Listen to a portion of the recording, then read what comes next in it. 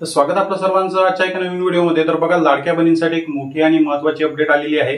कारण भरपूर लाडक्या बहिणींना जून आणि जुलै महिन्याचे पैसे मिळालेले नाही। आणि यामध्ये बघा, जे काही आता 15 दिवसाआधी वितरण झालं, ज्या बहिणींचे अर्ज पात्र होते त्यांना जून महिन्याचे पैसे मिळाले, पण अशा सुद्धा बहिणी आता या यादीमध्ये आलेल्या आहे की त्यांना जुलै महिन्याचे पैसे मिळाले नाही, म्हणजे एका हप्त्याचे त्यांचे पैसे आलेले नाही। यामागे एक महत्त्वाचं कारण आहे, ते समोर मी तुम्हाला व्हिडिओमध्ये सांगणार आहे।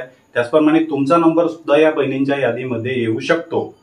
जरी तुम्हाला आता जून आणि जुलै महिन्याचे पैसे आलेले असेल आणि तुम्ही ऑगस्ट महिन्याच्या वितरणाची वाट पाहत असेल आणि तुम्हाला वाटत असेल की जून आणि जुलै महिन्याचे पैसे तर आम्हाला आलेच आहे, मग आता ऑगस्ट महिन्याचे पैसे सुद्धा नॉर्मली आमच्या खात्यामध्ये जमा होतील। पण बघा, यामध्ये हजारो बहिणींचे पैसे या टप्प्यामध्ये सुद्धा अडकणार आहे, ज्याप्रमाणे ऑगस्ट महिन्याच्या वितरणामध्ये भरपूर बहिणींना पैसे आलेले नाही। यामध्ये बघा, आता तुम्ही म्हणाल की त्या बहिणींचे अर्ज अपात्र असेल, या 25 लाख बहिणींच्या यादीमध्ये त्या बहिणी अडकलेल्या असेल, त्यांची चौकशी होत असेल, पण तसं झालेलं नाही। कारण त्या बहिणींना जून महिन्याचे पैसे आलेले होते जुलै महिन्याच्या वितरणामध्ये, आणि जुलै महिन्याचं वितरण जे काही ऑगस्ट महिन्यामध्ये झालं, म्हणजे ऑगस्ट महिन्यामध्ये त्यांना पैसे मिळाले नाही। जुलै महिन्याचा 13वा हप्ता त्या बहिणींना आला नाही, आणि त्या बहिणींना आता ऑगस्ट महिन्याचे पैसे मिळतील की नाही याची सुद्धा गॅरंटी नाही। पण तुमच्यासाठी हा व्हिडिओ खूप जास्त महत्त्वाचा आहे, कारण तुम्ही जर हा व्हिडिओ पूर्ण पाहून घेतला तर तुमच्या खात्यामध्ये ऑगस्ट महिन्याच्या 14व्या हप्त्याचे 1500 रुपये नॉर्मली जमा होईल। त्यासाठी तुम्हाला कोणतीच अडचण होणार नाही। आणि बघा, याचप्रमाणे लाडक्या बहिणींचे दोन महत्त्वाचे या ठिकाणी प्रश्न आहे।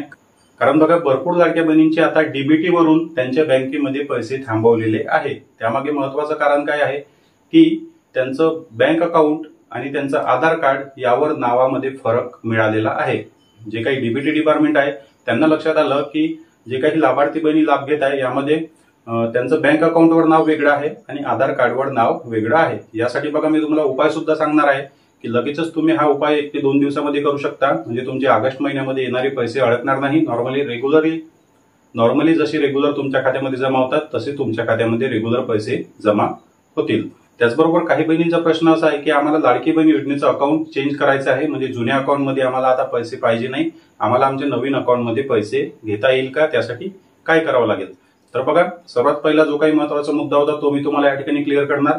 बघा, जे काही तुमचं बँक अकाउंट आहे आणि तुमचं आधार कार्ड आहे, त्या दोन्ही ठिकाणी तुमचं नाव जे आहे ते सारखं असायला पाहिजे। या कारणामुळे बघा, भरपूर हजारो बहिणींचे पैसे अडकलेले आहे। जून महिन्याचे पैसे आले पण जुलै महिन्याचे पैसे आले नाही, आणि आता त्यांना ऑगस्ट महिन्याचे पैसे येणार की नाही हे सुद्धा गॅरंटी नाही। त्यामुळे तुम्हाला हा व्हिडिओ खूप जास्त शेअर करायचा आहे। त्याचबरोबर तुम्हाला जरी आता जून आणि जुलै महिन्याचे पैसे मिळाले असेल तरी तुम्हाला ऑगस्ट महिन्याच्या वितरणासाठी हे काम सर्वात आधी करून घ्यायचं आहे। जर तुमच्या आधार कार्डवर आणि तुमच्या बँक अकाउंटवर तुमच्या नावामध्ये फरक असेल तर त्यासाठी बघा, सोपा उपाय आहे। फक्त तुम्हाला तुमच्या बँकेमध्ये जायचं आहे। तुम्हाला तुमच्या बँकेमध्ये जाऊन तुमचं जे काही नाव आहे ते आधार कार्डवरून तुम्हाला अपडेट करून घ्यायचं आहे, म्हणजे त्या ठिकाणी तुम्हाला केवायसी करायची आहे। केवायसी केल्यानंतर आणि जे काही डॉक्युमेंट त्या ठिकाणी तुम्हाला सबमिट करावे लागतील, तुमचं नाव चेंज करावं लागेल, तुम्हाला तुमचा पत्ता बदलून घ्यावा लागेल, आणि नॉर्मली तुमचं नाव आणि तुमचं आधार कार्डवर नाव बँकेमध्ये सारखं करण्यात येईल आणि तुमचे पैसे जे आहेत ते रेग्युलर सुरू राहतील। यामध्ये बघा, काही बहिणी अशा आहे की त्यांचं बँक अकाउंट माहेरला आहे पण त्यांनी अर्ज सासरवाडीला भरला आहे। त्यामुळे काय झालं की त्यांचं जे काही माहेरचं बँक अकाउंट आहे त्या माहेरच्या बँक अकाउंटवर त्यांच्या वडिलांचं आडनाव आहे आणि आधार कार्डवर त्यांच्या पतीचं आडनाव आहे। त्यामुळे सुद्धा भरपूर लाडक्या बहिणींचे पैसे जे आहे ते थांबलेले आहेत। आडनाव वेगळं असल्यामुळे डीबीटीच्या चौकशीमध्ये त्या बहिणींचे अर्ज सापडलेले आहेत। तर त्या बहिणींना काय करायचं आहे, त्या बहिणींना त्यांचं अकाउंट ट्रान्सफर करून घ्यायचं आहे। कोणत्या ठिकाणी ट्रान्सफर करायचं आहे, त्यांना त्यांच्या सासरच्या ठिकाणी ते अकाउंट ट्रान्सफर करून घ्यायचं आहे। तुमच्याकडे जर स्टेट बँकचं अकाउंट असेल, पोस्ट बँकचं अकाउंट असेल, किंवा बँक ऑफ इंडियाचं अकाउंट असेल, महाराष्ट्र बँकचं अकाउंट असेल, किंवा कोणत्याही बँकेचं अकाउंट असेल, तरी तुम्ही तुमच्या माहेरच्या ठिकाणावरून तुमच्या सासरच्या ठिकाणावर ते अकाउंट ट्रान्सफर करून घेऊ शकता, आणि तुमचं नाव सुद्धा त्या ठिकाणी चेंज होईल। बघा, तुमचं जर स्टेट बँकमध्ये अकाउंट असेल आणि तुमच्या सासरच्या ठिकाणी, तालुक्याच्या ठिकाणी, कुठे गावामध्ये किंवा जिल्ह्याच्या ठिकाणी जर स्टेट बँकचं अकाउंट असेल तर त्या ठिकाणाहून तुम्ही सासरच्या ठिकाणी तुमचं बँक अकाउंट ट्रान्सफर करून घेऊ शकता। म्हणजे सोबतच तुमचं नाव सुद्धा चेंज होईल, तुमचा पत्ता चेंज होईल, आणि तुमचं डीबीटी या ठिकाणी ऍक्टिव्हेटच राहील, आणि येणाऱ्या योजनेचे पैसे तुमच्या खात्यामध्ये नॉर्मली जमा होत राहतील। म्हणजे तुमचा जो काही हा प्रॉब्लेम आहे तो ऑटोमॅटिक सॉल्व्ह होऊन जाईल। आणि बघा, या ठिकाणी दुसरा नंबरचा महत्त्वाचा उपाय आहे आणि सोपा उपाय आहे की तुम्हाला सासरच्या ठिकाणी नवीन अकाउंट काढायचं आहे। सासरच्या ठिकाणी नवीन अकाउंट काढायचं आणि त्या ठिकाणी डीबीटी ऍक्टिव्ह करून घ्यायची। सासरच्या ठिकाणी नवीन अकाउंट काढा आणि डीबीटी ऍक्टिव्ह करून घ्या। त्यामध्ये बघा आणखी एक सोपा उपाय आहे, आयपीबीपी इंडिया पोस्ट पेमेंट बँकचं अकाउंट तुम्ही काढू शकता. आयपीबीपी पोस्ट बँकचं अकाउंट फक्त 200 रुपये त्या ठिकाणी तुम्हाला खर्च येणार आणि लगेच 5 मिनिटांमध्ये तुमचं अकाउंट निघणार आहे. कारण पोस्ट बँकचं अकाउंट हे प्रत्येकच ठिकाणी आहे. आयपीबीपी पोस्ट बँकचं अकाउंट तुम्ही कोणत्याही ठिकाणी काढू शकता. तुमचं छोटं गाव असेल, तालुक्याचं ठिकाण असेल, जिल्ह्याचं ठिकाण असेल, तरी फक्त 200 रुपयात तुम्ही हे अकाउंट काढू शकता. त्यासाठी फक्त तुम्हाला तुमचं आधार कार्ड आणि 5 मिनिटांमध्ये तुमचा थंब लावून त्या ठिकाणी तुमचं अकाउंट काढण्यात येते. आणि अशा प्रकारे तुम्हाला प्लास्टिकचं कार्ड देण्यात येते. त्या कार्डवर तुमचा अकाउंट नंबर आणि CIF नंबर त्या कार्डवर दिलेला असतो आणि तुम्ही त्यावर व्यवहार करू शकता. आणि तुमच्या जुन्या बँकेमधून, तुमच्या जुन्या कोणत्याही बँकेमधून ऑटोमॅटिक ते डीबीटी जे आहे ते डीबीटी तुमचं पोस्ट बँकमध्ये ट्रान्सफर होऊन जाईल. ऑटोमॅटिकली ट्रान्सफर होईल, त्यासाठी तुम्हाला काहीच करायची गरज पडणार नाही. ऑटोमॅटिकली तुमचं डीबीटी पोस्ट बँकमध्ये ट्रान्सफर होऊन जाईल आणि येणारे पैसे म्हणजे पुढच्या टप्प्यातील येणारे पैसे जे काही आहे ते ऑटोमॅटिकच तुमच्या खात्यामध्ये जमा व्हायला सुरुवात होईल. 2 दिवसामध्ये पोस्ट बँकमध्ये तुमचं डीबीटी ऍक्टिव्ह होऊन जाईल, जुन्या खात्यामधून ट्रान्सफर होऊन जाईल. आता बघा या ठिकाणी काही बहिणी अशा आहे की त्यांचं माहेरला अकाउंट आहे, त्यांचं माहेरला सुद्धा अकाउंट आहे आणि सासरवाडीला सुद्धा त्यांचं अकाउंट आहे.